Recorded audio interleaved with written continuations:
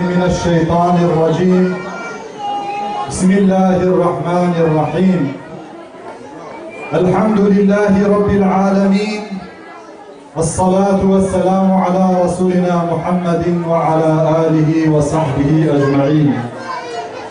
Esselamu Aleyküm ve Rahmetullahi ve Berekatuhu.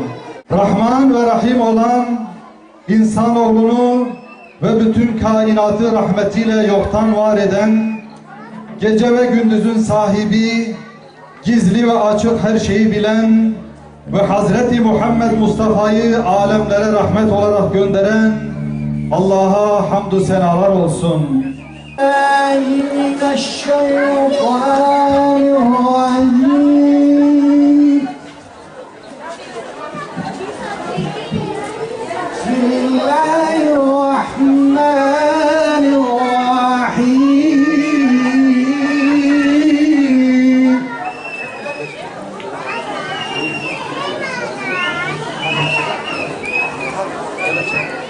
أقم الصلاة لدلوك الشمس إلى غسق الليل.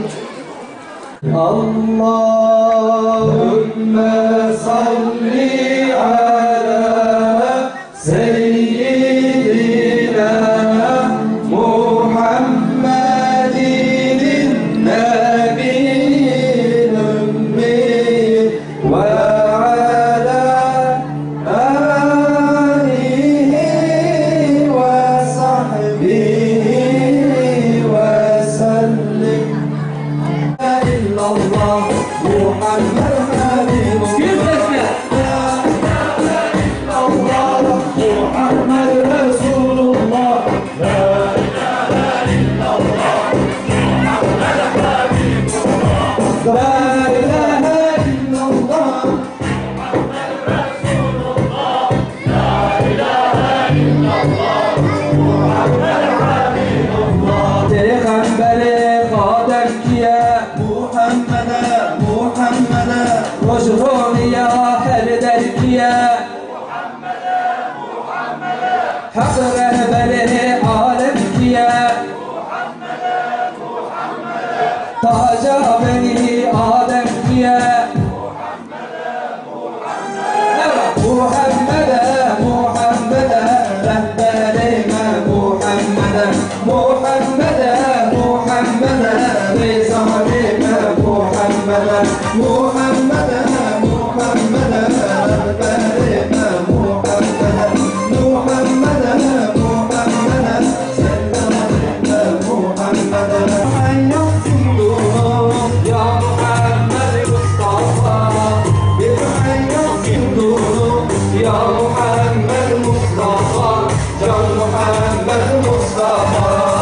يا محمد مصطفى جان محمد مصطفى يا محمد مصطفى جان محمد مصطفى ظلمات الرفاق يا محمد مصطفى ظلمات الرفاق يا محمد مصطفى جان محمد مصطفى.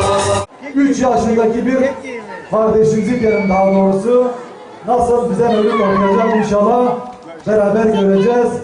Sahneye Ahmet Yasin kardeşimizi davet ediyorsun. Buyursun inşallah. Tekbirlerle onu karşılayacağız inşallah. Buyurun. Allahümme salli ala seyyidina Muhammedin nebiyyil ümmi ve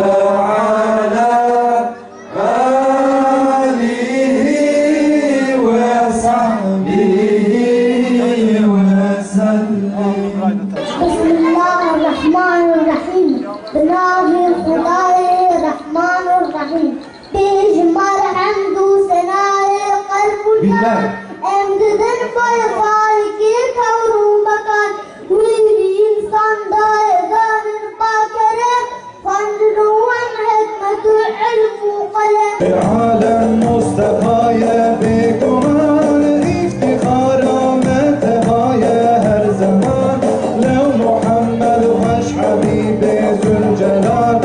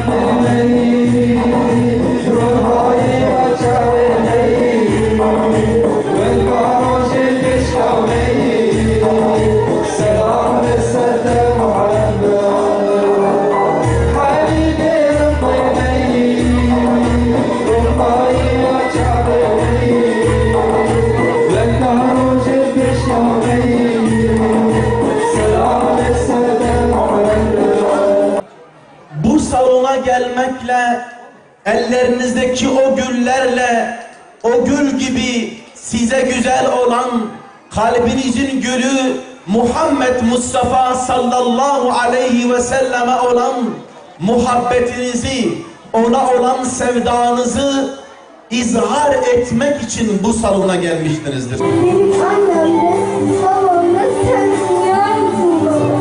Ben dünya musun? Sen